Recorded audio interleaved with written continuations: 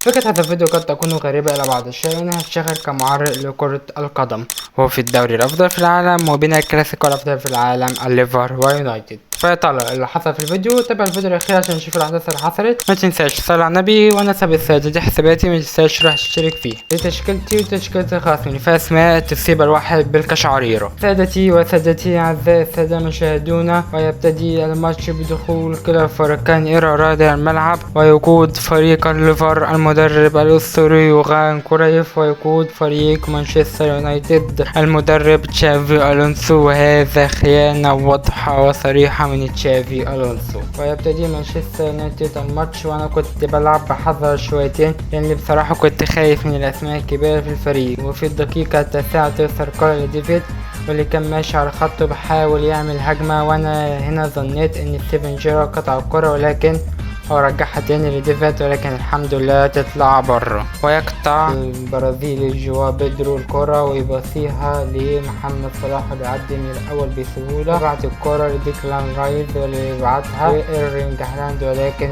تكون طويلة وتصدى لها الدفاع. وهنا باصة من ديفيد لبيكن باور واللي يخلي في خطورة منه، ولكن يرجعها لديفيد بيكهام تاني ويشوت، ولكن الحمد لله تطلع بره. وفريق مانشستر يونايتد مش راضي يهدى، وهجمة ورا التانية، وهجمة من كروني أدريانو شيفشينكو، ولكن الحمد لله تطلع بره.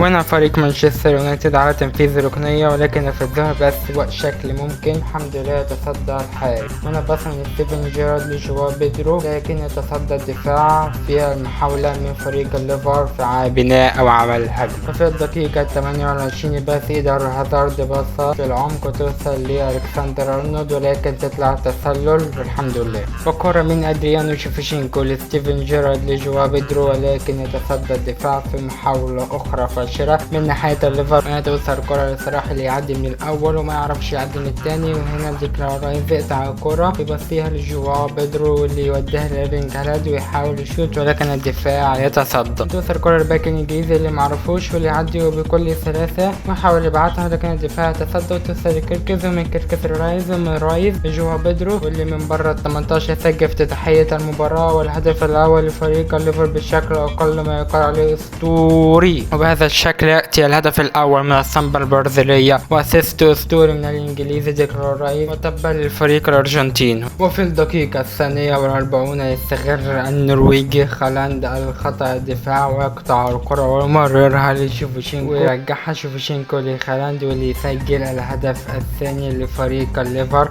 في نفس المنطقة اللي سجل فيها الهدف الأول. وقبل هذا الماتش لعب النرويجي إيرلينج هالاند 39 ماتشا، سجل فيها 29 وصنع 10. وينتهي الشوط الأول سادتي بتقدم أسطوري من فريق الليفر. وفي الدقيقة 48 يحاول فريق الليفر أن يتقدم ويسجل ثلاثية أسطورية، ويأخذ ستيفن جيرارد الكرة من منتصف الملعب اللي بيبعتها لإيرلينج هالاند، ولكن مع الأسف تطلع الكرة أوت. وفي الدقيقة 53 هجمة خطيرة من فريق مانشستر يونايتد، وفي أثناء تقدم الدفاع الليفر، ولكن ينجح جابرييل مارتينيز في قطع الكرة، لكن هذا على حساب ضربة جزاء. وهنا إيدر هازارد في استعداد وفي تسجيل ويسجل الهدف الأول لفريق مانشستر يونايتد ويقلل الفارق بينهم. وفي الدقيقة 61 الكرة من جواو بيدرو لمحمد صلاح واللي يراوغ الأول ويعدي من الدفاع ويبعتها لإيرلينج هالاند اللي كان بيحاول يراوغ ويسدد، ولكن الدفاع يقطعها بس، ويستكمل الماتش بالكثير والكثير والكثير والكثير. اوكي بس فهمتوا الفكرة. محاولات الفشل لتسجيل الأهداف لكن باءت كلها بالفشل. وينتهي الماتش فوز أسطوري ومستحق لفريق الليفر بنتيجة 2-1 على اليونايتد، وهالاند يأخذ مان اوف ذا ماتش. لو حابب هذا النوع من الفيديوهات وحابب اني اكمل فيه متنساش تحط لايك واشتراك وتشير الفيديو لاي حد مهتم بهذا النوع من الفيديوهات. شوف الفيديوهات اللي فاتت، بس متنساش تصلي على النبي. وكان معاكم صابر الصياد، وتشاو تشاو.